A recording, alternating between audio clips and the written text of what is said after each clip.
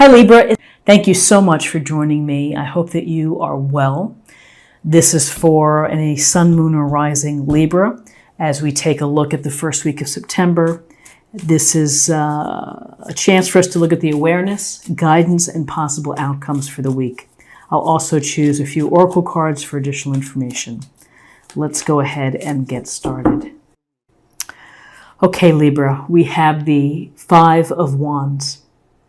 And the Five of Wands is a card where you can see, looks like the boys in this illustration are having at it, but maybe there's no leadership, maybe there's no system here, there's no working together. It's almost like every man for himself.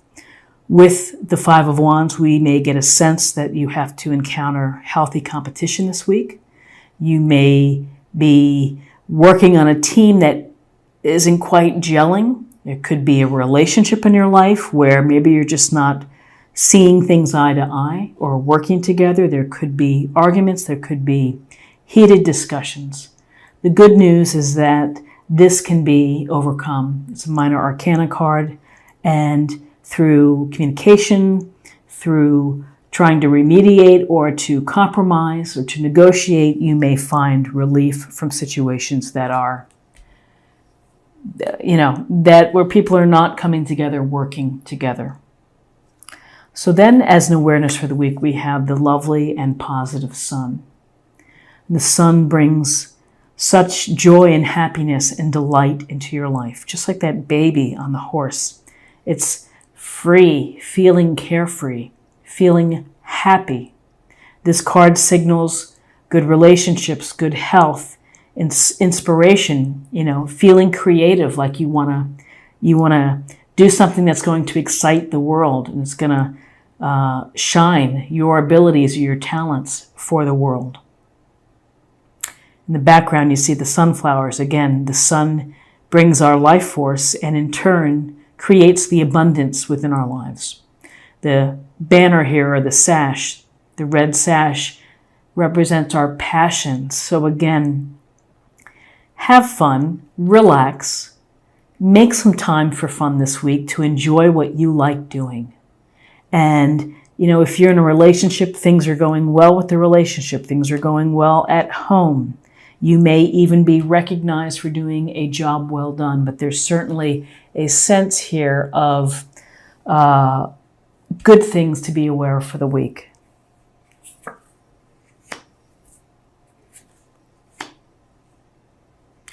So, good things aware for the week, and then we have the Seven of Cups.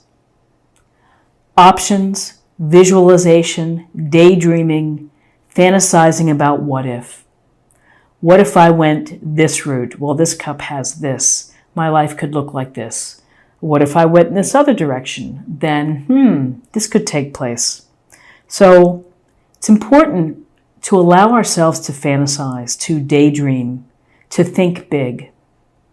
The problem is, though, is if we make that the reality, the dreaming part, if we don't move forward or try to take steps to make progress, then that's where things get a little tricky or maybe a little bit dodgy. So the Seven of Cups, again, this emotional energy, this stirring below of thinking, what is it that I really want to do? I'm not quite sure. I have a lot of opportunities, or at least I think I have a lot of opportunities. So perhaps the guidance is to narrow your focus, direct your energy toward one of the cups. And if you're able to achieve that, then go to the next cup.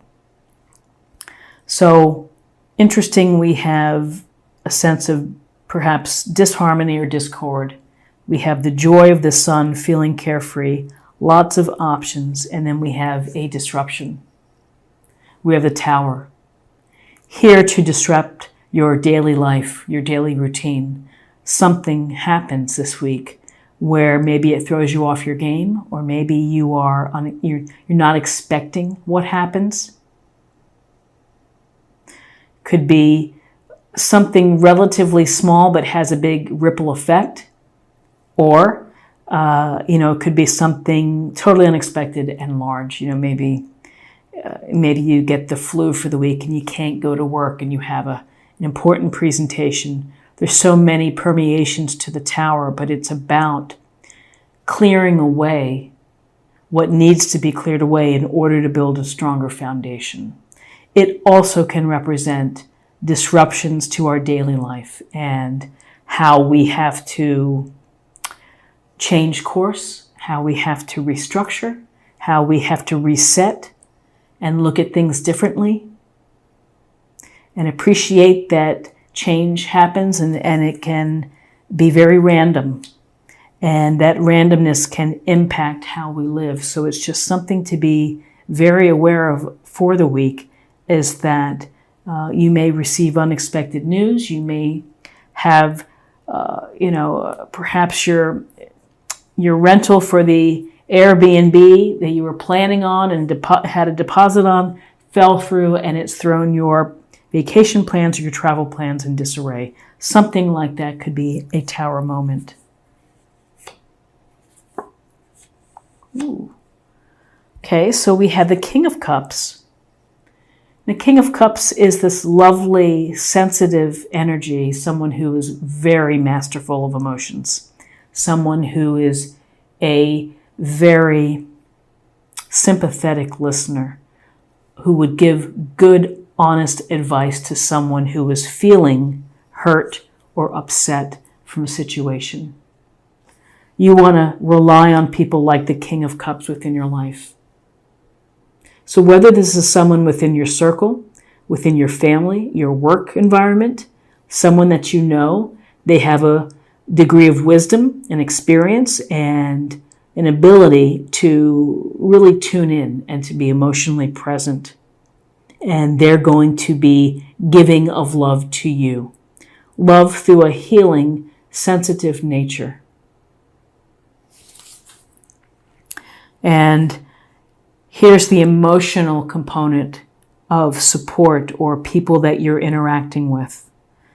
And then here we have a little bit more, perhaps less emotional and just more down to the business at hand. So we might think of the Queen of Swords as someone who relies on their intelligence and on their reason to make decisions. Someone who's going to look at the rule of law, someone who's going to be really informed. But this analytical approach, so while you might be getting love and comfort from the King of Cups, from those within your circle, the Queen of Swords may say, listen, you really need to focus on the facts. If you don't get with it, this may happen. And if you don't find a way to generate, I'm just giving an example here, generate additional income, let's not play around. You could lose this or that. So there's a real sense here that she tells it like it is, and that bluntness sometimes is needed. Kind of like a little swift kick in the behind for the truth, because she's going to tell you how it is based on the facts and based on what is there. May not be the softest touch or the warmest touch, but fair, reasonable, and focused on understanding the power of the blade to analyze and to look at situations from left and right and up and down in all directions.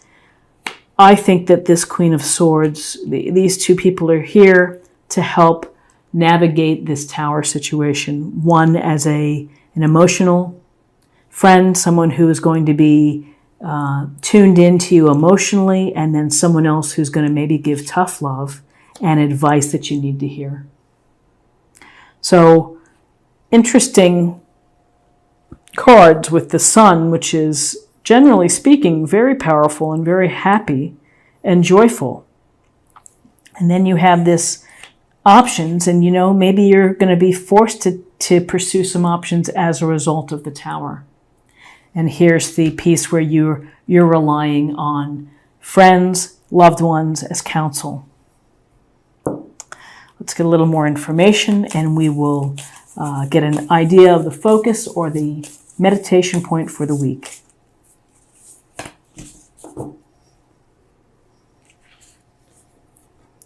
Overcoming obstacles. So I think this is a card that's in great alignment with the other cards that we have with the Tower. The Tower is, in many sense, it can feel like an obstacle because change can be challenging. Change can be really hard. But overcoming obstacles, you have to take charge. You have to remember your passions, the positivity within your life, the confidence. Don't let this suck your confidence away. And often we overcome obstacles relying on friends for support. So now I'm going to choose an oracle card for spirit or emotional self.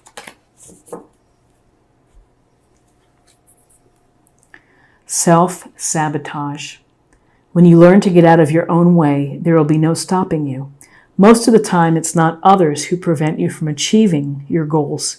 It's that inner voice that derails those carefully woven plans.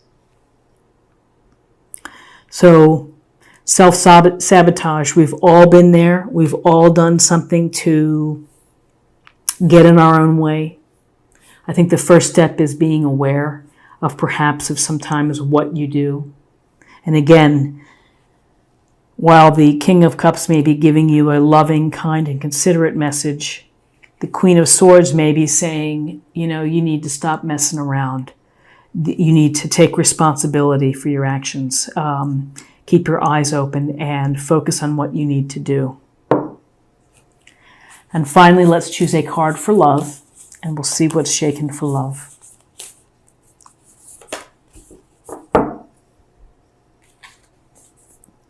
Embrace your emotions.